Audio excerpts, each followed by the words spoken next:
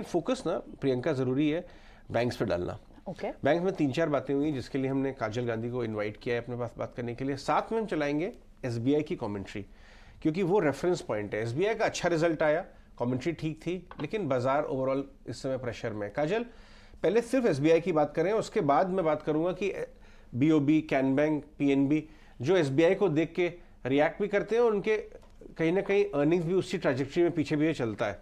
SBI की आपने commentary को कैसे, अभी तो कॉल शाम को है, लेकिन आपने कैसे एनालाइज किया इस भाव पे, इस वैल्यूएशन पे एसबीआई ठीक लगता है?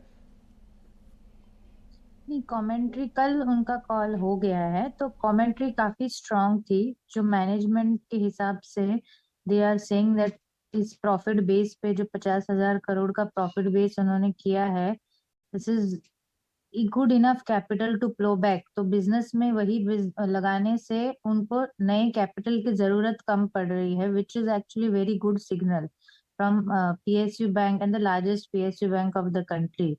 तो ये एक बहुत ही अच्छी बात जो उन्होंने कल बताई।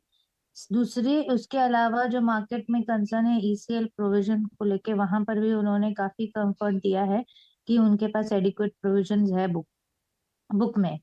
तो ये दोनों चीजें हैं। और रिजल्ट को सिर्फ प्योरली देखा जाए तो रिजल्ट भी उनका काफी स्ट्रांग था। एनआईआई ग्रोथ जो उनकी 29% थी और पैट ग्रोथ 83%, 1% आरओए पे पहुंच चुका है। क्वार्टर का आरओए 1.23% था। तो ये सारे रिजल्ट के नंबर्स भी काफी स्ट्रांग थे, गाइडेंस भी काफी अच्छी है।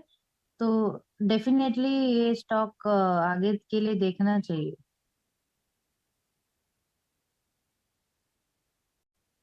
काजल जी, एक चीज़ बताइए, अगर एसबीआई के नंबर्स ठीक हैं और आप कह रहे हैं कि उन्होंने दिलासा भी दिला रहे हैं कि उनकी प्रोविजनिंग ठीक होगी, तो ये सेकंड लेग जैसे कि bank of Baroda, Canara bank, इस तरह के सरकारी बैंकों पे भी एप्लीकेबल है क्या? उनके नंबर्स भी आपने चेक किए होंगे, नंबर्स के बाद उनका तेज़ रिएक्शन था, पॉजिटिव रिएक्शन था।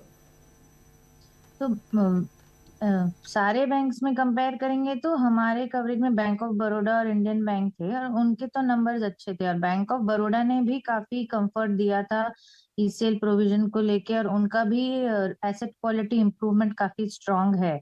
तो अगर हम देखें तो टॉप 2-3 बैंक में तो डेफिनेटली इसका पॉजिटिव रिएक्शन और कंटिन्यूड पीएसयू बैंक्स में एक पॉजिटिव रिएक्शन बनना चाहिए।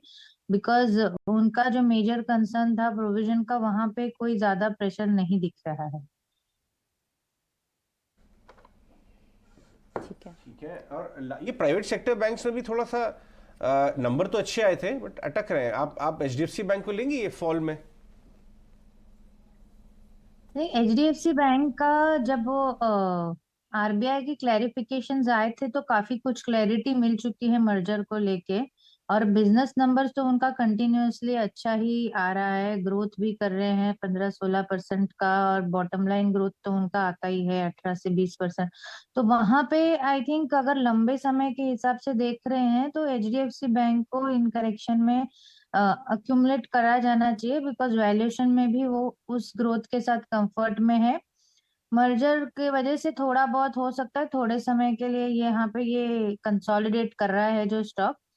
और मे बी एक जो एमएससीआई वाला न्यूज के बेसिस पे एक स्टॉक में गिरावट थी और स्टॉक थोड़ा सा अटका हुआ था, बट ये सब आई थिंक थोड़े टाइम की बात होती है, टेम्पररी होता है। बट अगर लॉन्ग टर्म के हिसाब से देखा जाए तो बिजनेस और management post merger should continue to do well, तो उसके वजह से हमको लगता है कि ये गिरावट पे लेना चाहिए। इसे ऐड करना चाहेंगे। ठीक है काजल, बहुत बहुत शुक्रिया, आज आपने समय दिया और ये सारे एनालिसिस हमारे व्यूअर्स के साथ शेयर किया। बहुत बहुत शुक्रिया थैंक यू। आपका।